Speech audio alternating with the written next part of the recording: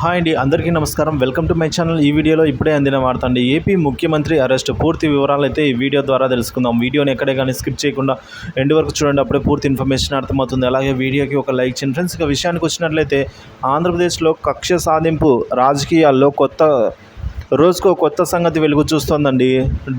Skill development వ్యవహారంలో అక్రమాలు జరిగాయని, సిమెన్స్ ఒప్పందంలో ఖజానాకు గండి పడిందనే ఆరోపణలతో గత ఏడాది టీడీపీ అధ్యక్షుడు చంద్రబాబు నాయుడు గారిని ఏపీ సిఐడి అరెస్ట్ చేసింది. దాదాపుగా 53 రోజుల పాటు చంద్రబాబును రాజమండ్రి సెంట్రల్ జైల్లో ఉంచాల్సి వచ్చిందండి.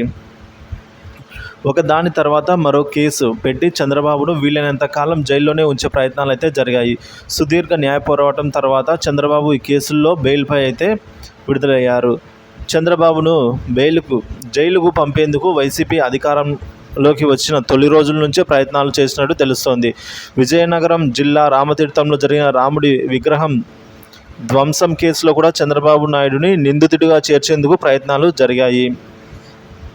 2022 డిసెంబర్లో ఆంధ్రప్రదేశ్లో తీవ్ర ఉద్రిక్తతలకు దారితీసిన రామతీర్థం విగ్రహ ధ్వంసం కేసు కూడా దర్యాప్తును సిఐడికి అయితే అప్పగిస్తున్నట్లు ప్రభుత్వం ప్రకటించింది. 2020 డిసెంబర్ 29వ తేదీన విజయనగరం జిల్లా రామతీర్థంలో కోదండ రాముడి విగ్రహాన్ని దుండగులు ధ్వంసం చేశారు. ఈ వ్యవహారం రాజకీయంగా దుమారాన్ని సృష్టించింది. హిందూ సంఘాలు పెద్ద ఎత్తున ఆందోళన చేపట్టారు. రాజకీయంగా వైసీపీ కూడా ఇరకాటంలో అయితే పడిందండి. ఇప్పుడు చంద్రబాబును అరెస్టు చేయాలనే ఒత్తిళ్లు. రామతీర్థం విగ్రహ ధ్వంసం ఘటనపై విపక్షాల మధ్య తీవ్ర స్థాయిలో వాదనలు జరిగాయి.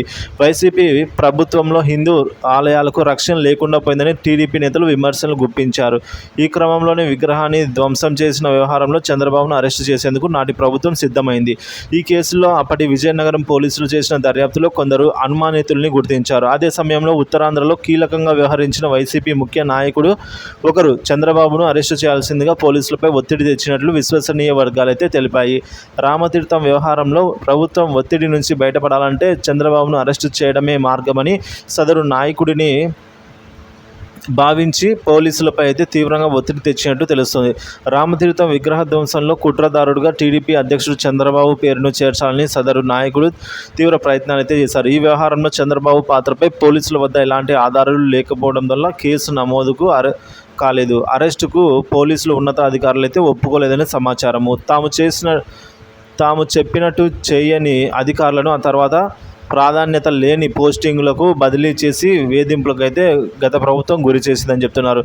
సంచలనం సృష్టించిన ఈ కేసులో నిందితులు ఎవరో రహస్యంగానే మిగిలిపోయింది.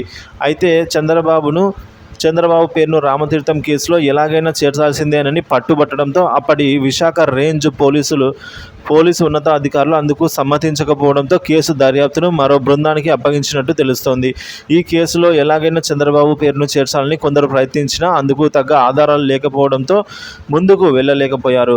వైసీపీ ముఖ్య నాయకుడి చెప్పిన పని చేయాలని అధికారులకు అయితే ఆ తర్వాత కాలంలో వేధింపులు తప్పలేదు. ప్రాధాన్యత పోస్టింగులు బహుమతిగా దక్కినట్టు సమాచారము.